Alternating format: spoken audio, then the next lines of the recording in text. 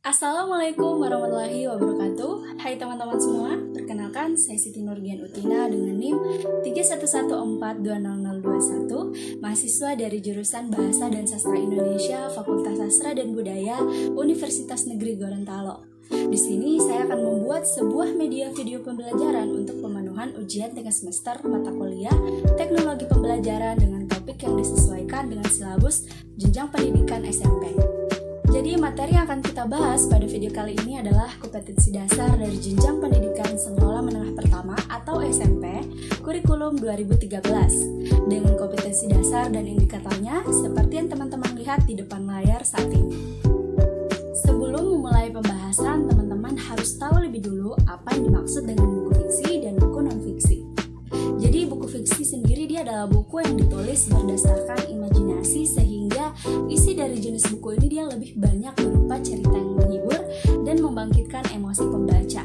Sementara buku non-fiksi adalah buku yang ditulis berdasarkan kenyataan dan buku jenis ini menyajikan suatu informasi dan pengetahuan baru yang baru didapatkan oleh pembaca.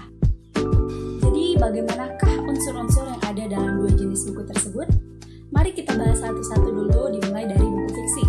Unsur yang pertama yang dimiliki oleh buku fiksi adalah penulisan buku fiksi menggunakan gaya bahasa.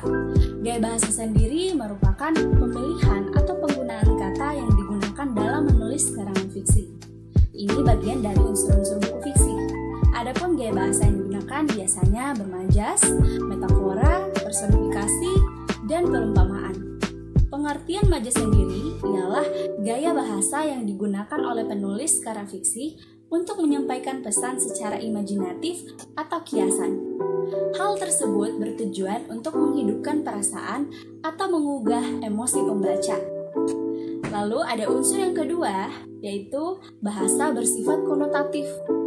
Kata dalam penulisan karangan fiksi menjadi unsur-unsur buku fiksi mengandung makna tidak sebenarnya atau konotatif. Hal ini menyebabkan pesan yang disampaikan penulis tidak disampaikan secara langsung dan tersamarkan. Kata yang bersifat konotasi dapat dikategorikan menjadi dua, yang konotasi positif dan konotasi negatif. Konotasi positif adalah kata kiasan yang memiliki makna positif atau baik. Sedangkan konotasi yang negatif adalah kata kiasan yang memiliki makna negatif atau kurang baik. Lalu, unsur yang ketiga dari buku fiksi adalah berdasarkan imajinasi atau hayalan. Dalam karangan yang bersifat fiksi atau menjadi bagian dari unsur-unsur buku fiksi, penggambaran kehidupan berdasarkan imajinasi penulis. Kemampuan imajinasi akan meningkat seiring berkembangnya kemampuan seseorang dalam berbicara dan berbahasa. Imajinasi lahir dari proses mental yang manusiawi dan mendorong semua kekuatan untuk merangsang emosi untuk berperan aktif dalam pemikiran dan gagasan kreatif. Jadi kita pindah pada unsur-unsur buku non-fiksi. Jadi ada unsur yang pertama yaitu sampul buku. Sampul buku merupakan unsur-unsur buku non-fiksi pertama yang perlu kita ketahui sebelum menelaah sebuah buku non-fiksi. Pada bagian sampul ini biasanya memuat judul buku, penulis, dan nama penerbit. Selain itu, sering juga disertai tahun terbit dan edisinya. Lalu ada unsur yang kedua, yaitu pokok bab buku.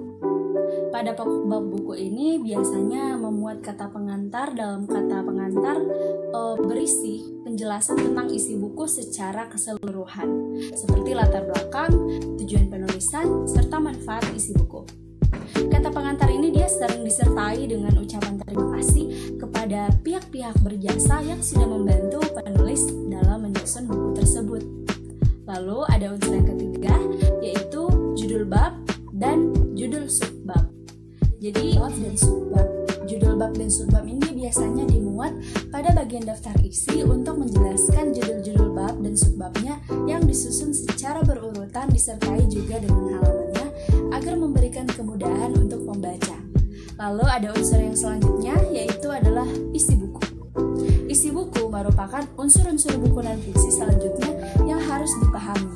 Isi buku terdiri atas beberapa bab yang di dalamnya memuat pendahuluan, paparan utama, dan penutup.